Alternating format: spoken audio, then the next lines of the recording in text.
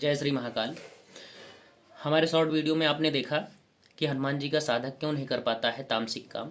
तो सबसे पहले हम आपको बता दें हनुमान जी का साधक क्यों नहीं कर पाता है तामसिक काम। सबसे पहली बात तो जहाँ ये हनुमान जी की मूर्ति रखी हुई है कि हनुमान जी पूजे जाते हैं, तो सबसे पहले हम आपको बता दें कि हनुमान जी तो रहते ही कहीं नहीं हैं। हनुमान जी सदैव राम भजन में लीन रहते हैं। तो हनुमान जी क्या काम करेंगे आपका? हनुमान जी सदैव राम भजन में लीन रहते हैं, राम नाम जपते रहते हैं। हनुमान जी को इतना टाइम ही नहीं कि आपके पास आए, हनुमान जी को इतना टाइम ही नहीं कि आपका कोई कार्य कर दें। तो रहता कौन है? अब आपके मन में ये भी ख्याल आएगा कि रहता कौन है। तो हम आपको बता दें, जहाँ ये हनुमान जी की सेवा की जाती है वहाँ शक्ति विराजमान होती हैं। शक्तियाँ 5 होती हैं।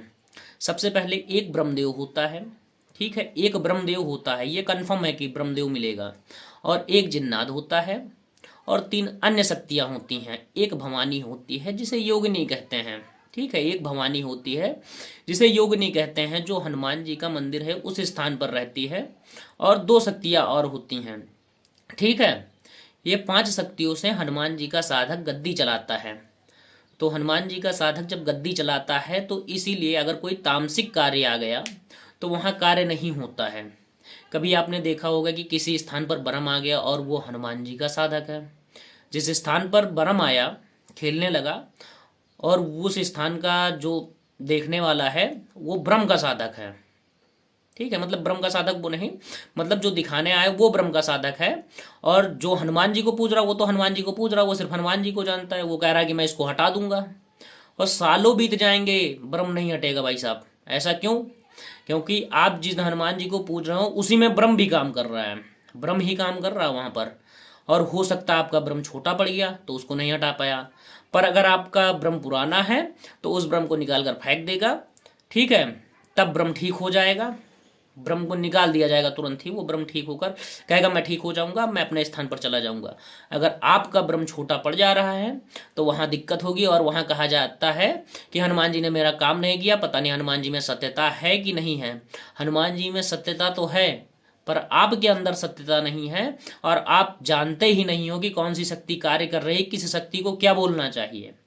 आपको यही नहीं पता है तो आप कार्य क्या करोगे? आप तंत्र मार्ग में बेवकूफ़ों की तरह बैठे हुए हो, आया गया खर्च, बाबा का काम फर्च, यही करते हो।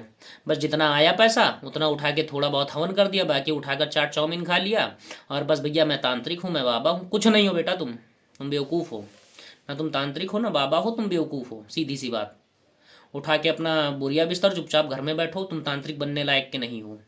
अगर तुमको नॉलेज नहीं है कि कौन सी शक्ति कहाँ पर काम करती, सिर्फ हनुमान जी को बता दिया कि मैंने हनुमान जी की मूर्ति पूज ली, अब मेरे को कुछ पूजने की ज़रूरत नहीं है, तो तुम तंत्र लाइन में काम नहीं कर पाओगे। तुम अपने घर में बैठो और चुपचाप खाना खाओ, नहीं किसी दिन उठाकर कोई पटकेगा भाई साहब, घर में ढूंढने नहीं मिलेगा, घर ढूंढने से नहीं मिलेगा तुमको, और बैठे रह जाओगे। क्योंकि ऐसी ऐसी शक्तियाँ पड़ी हैं कि ब्रह्म को हटा देती हैं तुरंत लाइन से। मसान दादा को ही ले लो, मसान दादा और ब्रह्मदेव को अगर टक्कर करा दी जाए तो बराबर की टक्कर होती है।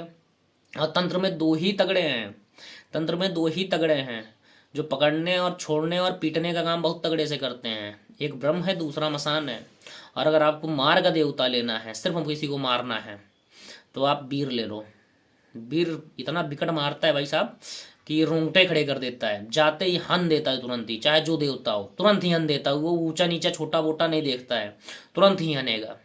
क्योंकि जो वीर होता है वो सदैव अकेले चलता है, मदमस्त होता है और घोड़े पर चलता है।